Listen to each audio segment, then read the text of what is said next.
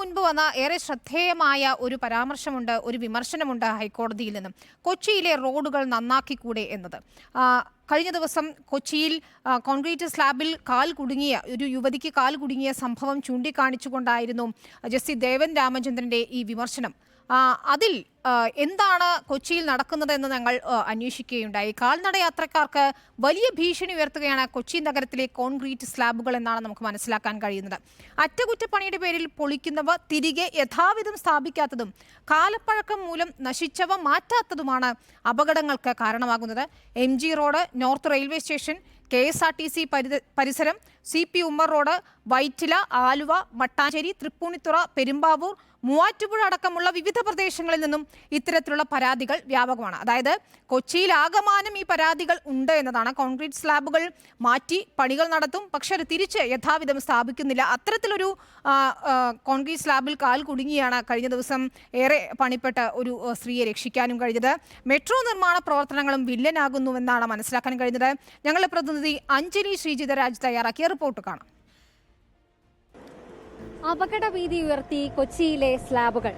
എറണാകുളം ജില്ലയിലെ വിവിധ ഭാഗങ്ങളിലും നഗരത്തിലുമുള്ള സ്ലാബുകളാണ് വലിയ അപകടം വരുത്തിവെക്കുന്നത്. ഇത്തരത്തിൽ കാണുന്ന ഈ സ്ലാബുകളിലൂടെ നടന്നു പോകുമ്പോഴാണ് കഴിഞ്ഞ ദിവസവും അതിനു മുമ്പുള്ള നിരവധി ദിവസങ്ങളിൽ ഇത്തരം അപകടങ്ങൾ ഉണ്ടാകുന്നുണ്ട്. ഈ കാനകളിൽ കാലു കുടുങ്ങിയും കാനയിലേക്ക് വീണുമൊക്കെയാണ് അപകടങ്ങൾ ഉണ്ടാകുന്നത്.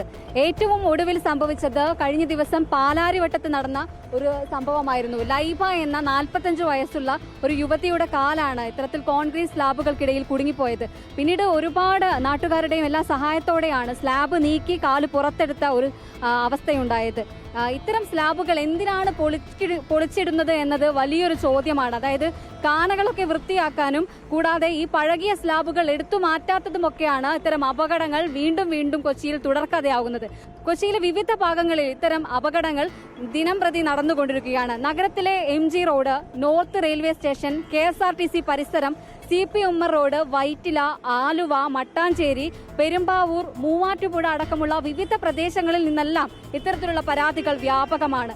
മഴ പെയ്താൽ വെള്ളക്കെട്ടുണ്ടായി അപകടം വർദ്ധിക്കാനാണ് കൂടുതൽ സാധ്യതയുള്ളത്. കൊച്ചിയിൽ ഇത് ഇന്ന് തുടങ്ങിയല്ല. കൊച്ചിയിൽ എനിക്കിപ്പോ 45 വയസ്സുണ്ട്. ഞാൻ ഓർമ്മ വെച്ച ഞാൻ സ്കൂളിൽ പഠിക്കുന്ന കാലം മുതൽ ഈ ഇഷ്യൂ ഉണ്ട്. കാണട ഇഷ്യൂ വലുതായിട്ടുണ്ട്. ആളുകൾ അങ്ങനെ തന്നെ വെള്ളത്തിൽ താഴത്തേക്ക് പോകുന്ന കാണകളായിരുന്നു അന്ന്.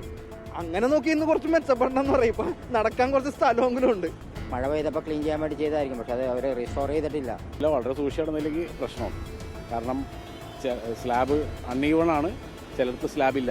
നമ്മൾ പ്രതീക്ഷിച്ചിട്ട് വല്ല കഥയല്ലോ. നിങ്ങൾ നമ്മൾ ചോദിച്ചു നമുക്ക് ഇത്രയല്ലേ പറയാക്കത്തുള്ളൂ. നമ്മളിപ്പോൾ ഒരാൾ പ്രതികരിച്ചിട്ട് ഒരു പ്രയോജനമില്ല. അതിങ്ങനെ തന്നെ പോകും.